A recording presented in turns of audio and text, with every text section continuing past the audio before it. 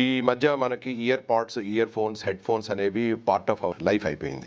ఎందుకంటే అవి ఎంత ఎసెన్షియల్ మనకి క్లారిటీ తోటి గానీ వినడానికి, అలాగే గ్రూప్స్‌లో వినడానికి గానీ, లేకపోతే జాబ్ పరంగా మనం వినడానికి, అలాగే మ్యూజిక్ ఎంటర్‌టైన్‌మెంట్ పరంగా వినడానికి అవి essential part of our life అయిపోయింది.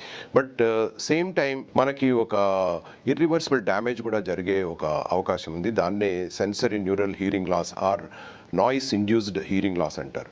ఇది వచ్చింది అంటే దానికి ట్రీట్మెంట్ కూడా చాలా కష్టము, రివర్స్ కూడా కాదు. కాబట్టి యూజ్ చేసే వాళ్ళందరూ కూడా ఈ విషయం కూడా గుర్తుపెట్టుకోవాలి. కాబట్టి దీనిలో మనం ఫాలో చేయాల్సిన చిన్న టిప్స్ ఏంటంటే, ఒకటి మనం సౌండ్ లెవెల్ అనేది చాలా మినిమల్లో, అంటే మనకి ఎంత వరకు మనము కంఫర్టబుల్గా వినగలుగుతామో అది పెట్టుకోవాలి. అలాగే మనల్ని ear phones, head phones use చేస్తున్నప్పుడు ఎవరైనా మనల్ని పిలిచినప్పుడు మనం వినగలగాలి.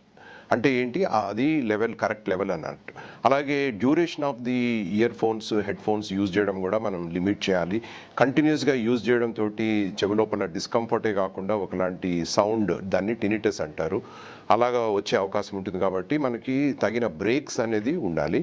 అలాగే మనము ఎప్పుడైతే మనం హీరింగ్ లెవెల్ మనది తగ్గిపోతున్నట్టు ఏమాత్రం అనుమానం ఉన్నా కూడా వెంటనే మనం దాన్ని యూజ్ చేయడం స్టాప్ చేసి ప్రాపర్ కన్సల్టేషన్ తోటి హీరింగ్ లెవెల్స్, దాన్ని ఆడియోగ్రామ్ అంటారు, హీరింగ్ లెవెల్స్ చెక్ చేయించుకోవాలి. దానిలో డిఫరెంట్ ఫ్రీక్వెన్సీస్ అన్నీ చెక్ చేసి ఈ ఇయర్ ఫోన్స్, హెడ్ ఫోన్స్ తోటి ఏమైనా డ్యామేజ్ అవుతుంటే డెఫినెట్గా కనుక్కోగలుగుతాము. ఎర్లియర్ డిటెక్షన్ అనేది always like A prevention, and తగిన ప్రికాషన్స్ తీసుకుంటే ఈ ప్రాబ్లమ్స్లోకి ఎవరు పోకుండా ఉంటారు. Thank you very much.